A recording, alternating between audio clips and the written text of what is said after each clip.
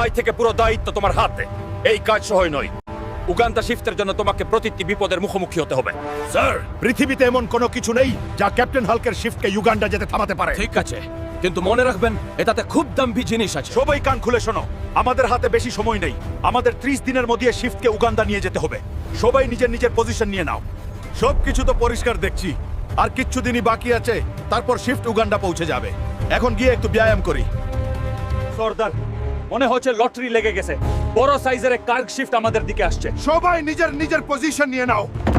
Captain, কিছু গুন্ডার shift আমাদের এদিকে আসছে। ক্যাপ্টেন, কিছু করুন। আমার ভয় করছে। তুই টেনশন করিস না, আমি দেখছি। তুই তোর পজিশন সম্ভাল।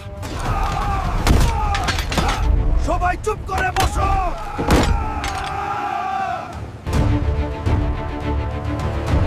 তোর মতো মশাদের এত সহজ যে তুই ক্যাপ্টেন হাল্কের শিফটকে অ্যাটাক করলি। দেখ আজ আমি তোদের সাথে কি করি।